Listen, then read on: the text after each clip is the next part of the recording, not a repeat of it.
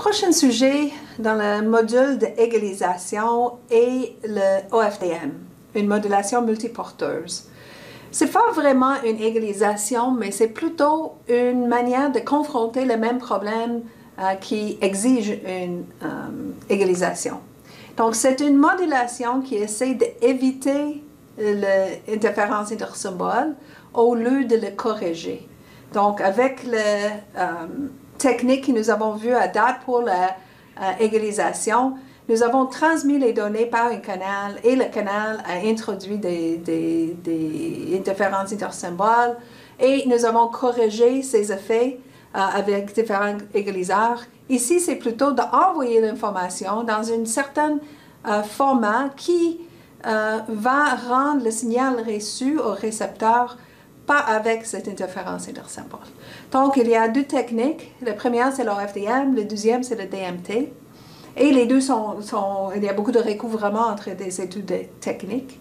Donc, on commence avec l'OFDM et nous allons après faire la suite avec l'approche DMT. Donc, on commence avec le FDM et le OFDM. OFDM, je ne l'ai pas dit, mais c'est Orthogonal Frequency Division Multiplexing. Et donc, ça, c'est le OFDM. Et c'est quoi le FDM, Frequency Division Multiplexing? Ben, ça semble très similaire, il y a un orthogonal ici. Donc, ici, c'est le multiplexage en fréquence.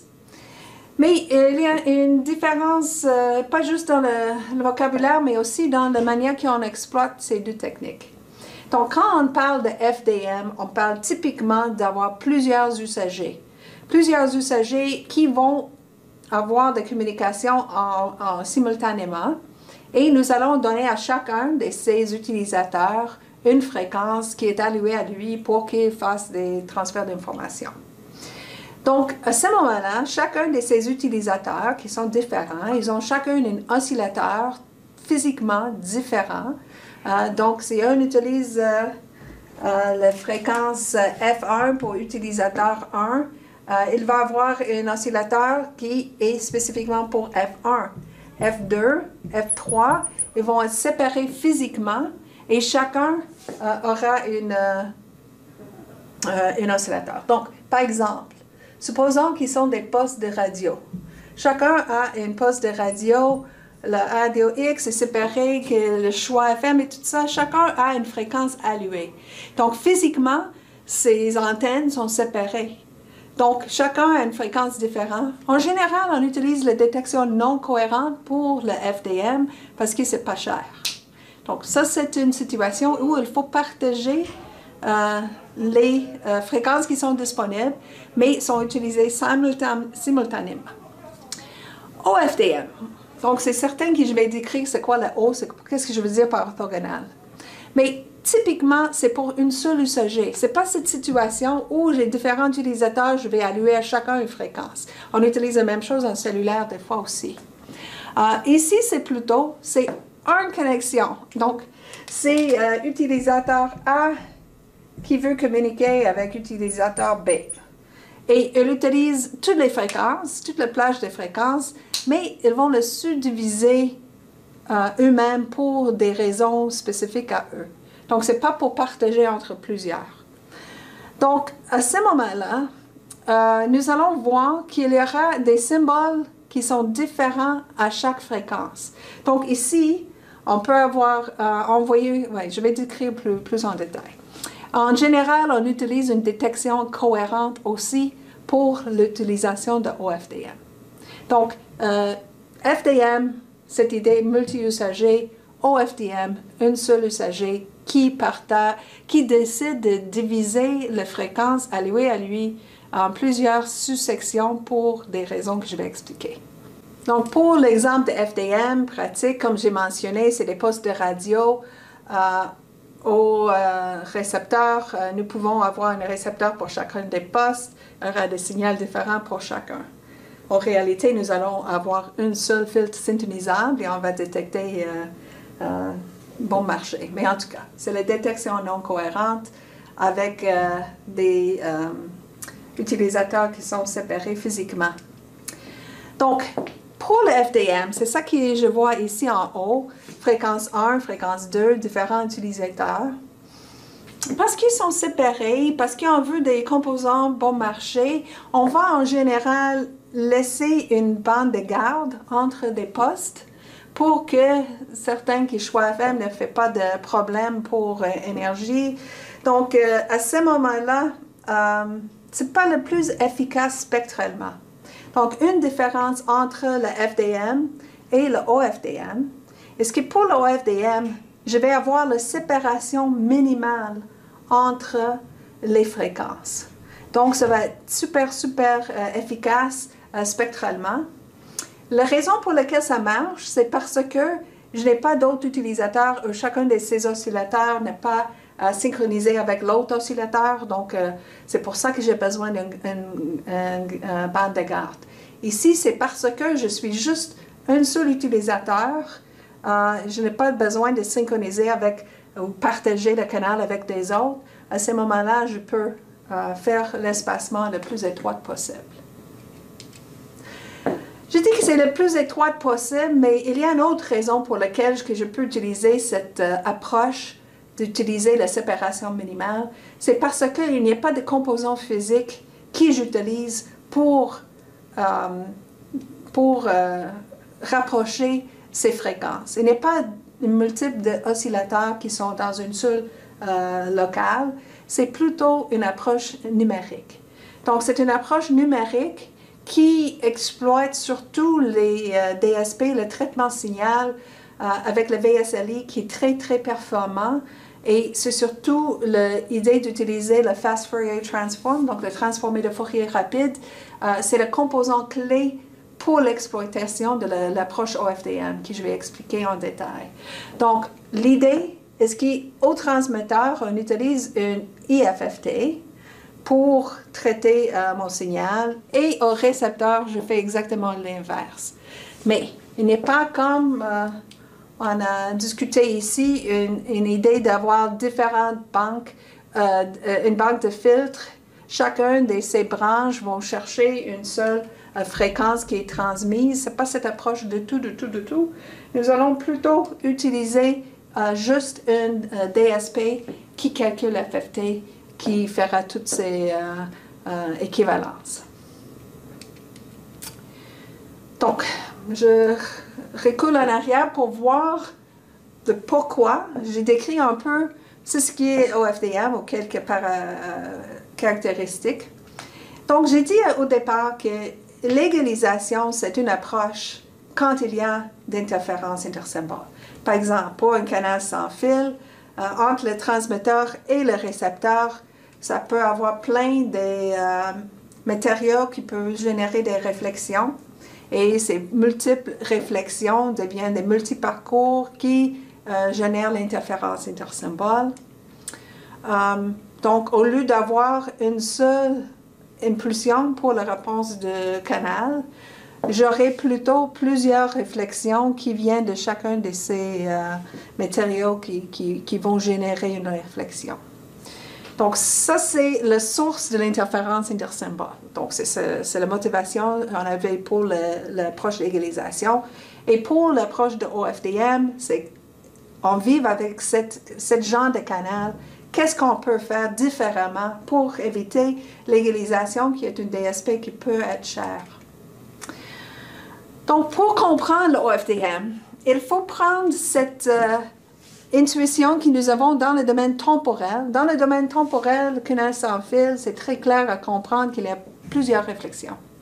Mais si on regarde dans le domaine fréquentiel, c'est quoi l'impact d'avoir eu plein de réflexions?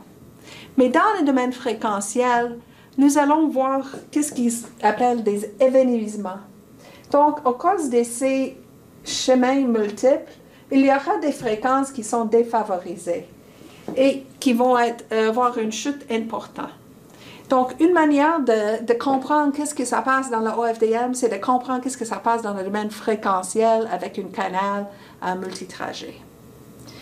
Donc, c'est surtout cette idée des évanouissements qui arrivent souvent et qui varient avec le temps parce que c'est un canal sans fil immobile. Donc, les gens promènent, les réflexions changent et ce patron va changer et ça veut dire qu'il y aura une fréquence qui est défavorisée à un moment et une autre fréquence à un autre moment.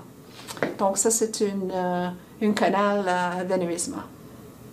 Donc, on parle maintenant des principes d'opération pour le OFDM. Pourquoi? Comment est-ce que ça marche? Comment est-ce qu'on évite l'interférence intersymbole? Donc, ici, c'est les données envoyées à un certain taux binaire. Il y a un certain temps entre les différents bits qui sont envoyés. Au cause des réflexions multiples, au lieu d'avoir une seule donnée qui est reçue, j'ai plutôt une trace qui représente toutes les réflexions qui étaient rencontrées par cette bit-là. Le deuxième bit est envoyé, on a l'autre suite, etc. Donc ça, c'est l'effet des trajets multiples dans le domaine temporel, que les données reçues sont confondues avec différents bits et l'interférence intersymbole classique. C'est certain qu'une manière de traiter ce problème, c'est de ralentir le taux de transmission. Si j'envoie l'information plus lente, à ce moment-là, il n'y aura pas de recouvrement. Parce que tout le délai dans le canal, toutes les réflexions dans le canal aura le temps d'arriver avant que la prochaine bit est envoyée. Donc, le problème est que c'est un taux de transmission qui est réduit. Et c'est ce qu'on ne veut pas, c'est d'avoir des communications lentes. Si on veut vendre une modem 802.11, si on est plus lente, mais certain d'avoir une bonne fiabilité, les gens ne vont pas être contents. Ils aimeraient trouver une solution, eux, peut aller plus vite et quand même avoir une bonne communication. Donc, c'est ça qu'on vise. On peut utiliser toutes les techniques d'égalisation que j'ai discutées à date, la MLSE, la MMSE, le Zero Forcing, toutes ces égalisateurs. C'est une question de coût. Okay? Ça peut être plus cher de chercher à utiliser cette approche d'égalisation que l'approche de OFDM que je vais décrire. Donc, comment est-ce que ça va marcher? Nous allons prendre cette idée de l'envoyer plus lente, mais donc, au lieu de juste envoyer plus lente, je vais comme diviser toutes ces transmissions en plusieurs flux. Et chacun des flux va être moins rapide. Donc, c'est comme d'avoir un comme ça et je vais prendre chaque troisième, je vais mettre ailleurs. Donc, comme ici, je les ai divisés par 3, si j'avais 3 canaux en parallèle. Donc, je vais expliquer plus, mais c'est ça l'idée de OFDM, je vais le diviser en plusieurs flux, et chacun va avoir une fréquence, une sous-fréquence allouée à lui pour la transmission. Donc, ici, on regarde cette idée dans le domaine temporel et le domaine fréquentiel. Ici, c'est le domaine du temps. Et chacun de ça, c'est le temps d'un symbole. Et bien sûr, dans le domaine fréquentiel, le temps d'un symbole décide de la largeur de bande occupée. Donc, grossièrement, que R, 1 sur TS, 1 sur le taux par symbole, le taux par symbole est équivalent à la largeur de bande occupée. Donc, qu'est-ce que je suggère à faire? C'est de prendre, ici il y a, je pense, 8 symboles. Je vais prendre la première de ces 8 et je vais l'élargir. Je vais l'élargir pour que ça ne dure pas le temps d'un symbole, mais ça dure le temps des 8 symboles. Donc, d'envoyer l'information beaucoup plus lentement. Donc, pendant la période d'un symbole grand comme ça, j'aurai le temps que toutes les réflexions diminuent. Donc, l'effet de changer comme ça, dans le domaine temporel, je fais plus large. C'est quoi l'impact dans le domaine fréquentiel? Mais plus lente dans le domaine temporel, ça veut dire plus étroite dans le domaine fréquentiel. Donc, j'ai réduit par un facteur de 8 la largeur de bande occupée. Donc, chaque deuxième symbole dans cette séquence des séquences de 8, je vais faire la même chose. Je vais prendre cette valeur de ce symbole et au lieu de l'envoyer pendant le temps d'un symbole, j'envoie pendant le temps de 8 symboles. Beaucoup plus lente, donc plus mince spectralement. Donc, je le mets, je ne vais pas superposer avec le bleu, je vais me mettre légèrement à côté. Je vais le mettre à côté, mais le plus proche possible pour ne pas gaspiller de le spectre. Donc, je continue de cette façon. Dans l'exemple ici, il y a 8 divisions. Donc, pendant les 8 divisions, je vais finir pour remplir la largeur de bande. Donc, je n'ai pas sauvé la largeur de bande. J'occupe exactement la même largeur de bande ici, qui est très large, avec un signal qui est très rapide. Ici, j'ai 8 canaux, chacun qui est très lent, mais cumulativement, ça occupe la même largeur de bande. Donc, c'est une stratégie qui n'est pas de changement d'efficacité spectrale, mais il n'est pas de changement. C'est aussi efficace spectralement que cette approche ici. On ne perd rien. Et c'est ça la différence avec le FDM, où il y aura des bandes de garde, qui nuira à l'efficacité spectrale. Mais ce n'est pas le cas pour l'OFDM. OK, donc j'ai l'idée maintenant. J'ai plusieurs fréquences, donc ces oscillations-là, elles représentent différentes fréquences que je vais utiliser pour chacun de ces flux de données. Donc ici, c'est une fréquence, ici, c'est la fréquence, une autre fréquence, etc. Donc dans l'illustration, qu'est-ce que je vais faire? Je vais avoir une séquence d'informations. Donc, c'est comme j'avais une longue séquence de symboles. Et chaque 8e symbole, je mets dans le flux ici. Je décale par 1. Et donc, vous avez l'idée. Donc, je vais mettre toutes ces choses ensemble. Donc, je vais moduler cette séquence plus lente par cette séquence plus lente par l'autre fréquence, etc. Et après ça, je vais faire la somme. Et je vais passer ce canal, la somme de tous ces composants, ici dans le domaine fréquentiel, elle a l'air de ça. Je vais passer par mon canal. Et c'est le canal avec la réponse sans fil. Donc, il ne faut pas oublier qu'ici, les données sont indépendantes. Ce n'est pas les mêmes données que j'ai répétées, c'est plutôt une flux dans chacun. J'ai dit que c'est un canal à évanouissement. C'est certain qu'il y aura peut-être un de ces fréquences qui vont être perdues. C'est ça le coût qu'on paie. Il y aura des fois, dans ce canal, cette stratégie, ça a l'air super, mais des fois, je vais perdre une des positions. C'est pour ça que je vais utiliser peut-être une vérification de données suivie par une retransmission si j'ai perdu un certain montant, ou je peux utiliser un code correcteur d'erreur. Donc, il y a différentes stratégies. Donc, c'est certain que l'OFDM, ce n'est pas un miracle, mais c'est ce qu'on verra, quand il y a des évanouissements, ce n'est pas tout qui est corrompu, ce n'est pas tout le signal qu'il faut traiter avec un égalisateur, c'est juste un des flux qui est perdu. Ici, c'est un exemple avec une division par 8, mais pour l'OFDM, ça peut avoir 1024 subdivisions, parce que c'est juste numérique, ce n'est pas physique. À ce moment-là, ça se peut qu'il sera juste une petite portion des données qui est perdue, et on a perdu sans avoir payé beaucoup en complexité pour essayer de régler tout le reste du signal. Donc, l'importance pour l'approche, c'est d'avoir une orthogonalité entre les porteuses qui est conservée malgré la présence des évanouissements. Et ça, c'est fait avec notre approche numérique. Donc, au récepteur, qu'est-ce que je fais? Mais je vais encore une fois, c'est traité par ce canal, il y a des évanouissements, j'ai le signal reçu, et c'est ce que je vais faire, je vais traiter le signal reçu pour le diviser encore, pour regarder chacun des fréquences individuellement pour faire la réception. Donc, une observation, juste que quand je dis ici, il y a un sous-canal, le sous-canal, ça peut supporter n'importe quel type de modulation. Je peux utiliser QPSK quand il y a 2 bits par cet symbole, ou si le canal est très fort, je peux utiliser 16 QAM. Donc, j'ai toute la flexibilité. J'utilise OFDM, mais l'OFDM à l'intérieur, à chacun de ces porteuses, sous-porteuses, je peux utiliser n'importe quelle modulation QAM que je veux.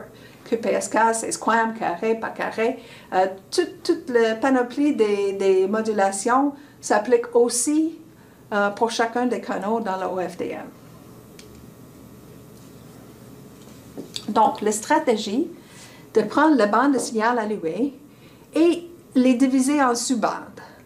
Ces sous-bandes n'ont pas de recouvrement, elles sont indépendantes l'une de l'autre, mais les données sont indépendantes pour chacun de ces sous-bandes. Donc, je dis, il n'y a pas de recouvrement, mais je veux dire qu'ils sont le plus proche possible parce qu'ils sont orthogonales. Bien sûr, j'utilise la détection cohérente pour cette transmission, pour me permettre d'avoir cette séparation minimale.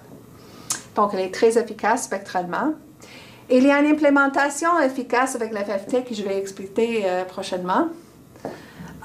Elle est compatible avec toutes sortes de modulations, QAM et PSK. Elle est flexible parce que je n'ai pas obligé de juste utiliser PPSK. Je peux décider que pour une certaine transition, le signal est très faible, je vais utiliser PPSK. Plus tard, avec le même hardware, je peux décider, mais le signal est très fort. Maintenant, je peux aller à 16 QAM, etc. Donc, très flexible. Et surtout, il évite d'utiliser l'égalisation. Donc, quand je veux aller dans les transmissions plus rapides, ou avec le taux de transmission, ça peut devenir plus difficile de faire l'égalisation. Je n'ai pas besoin de faire l'égalisation avec cette approche.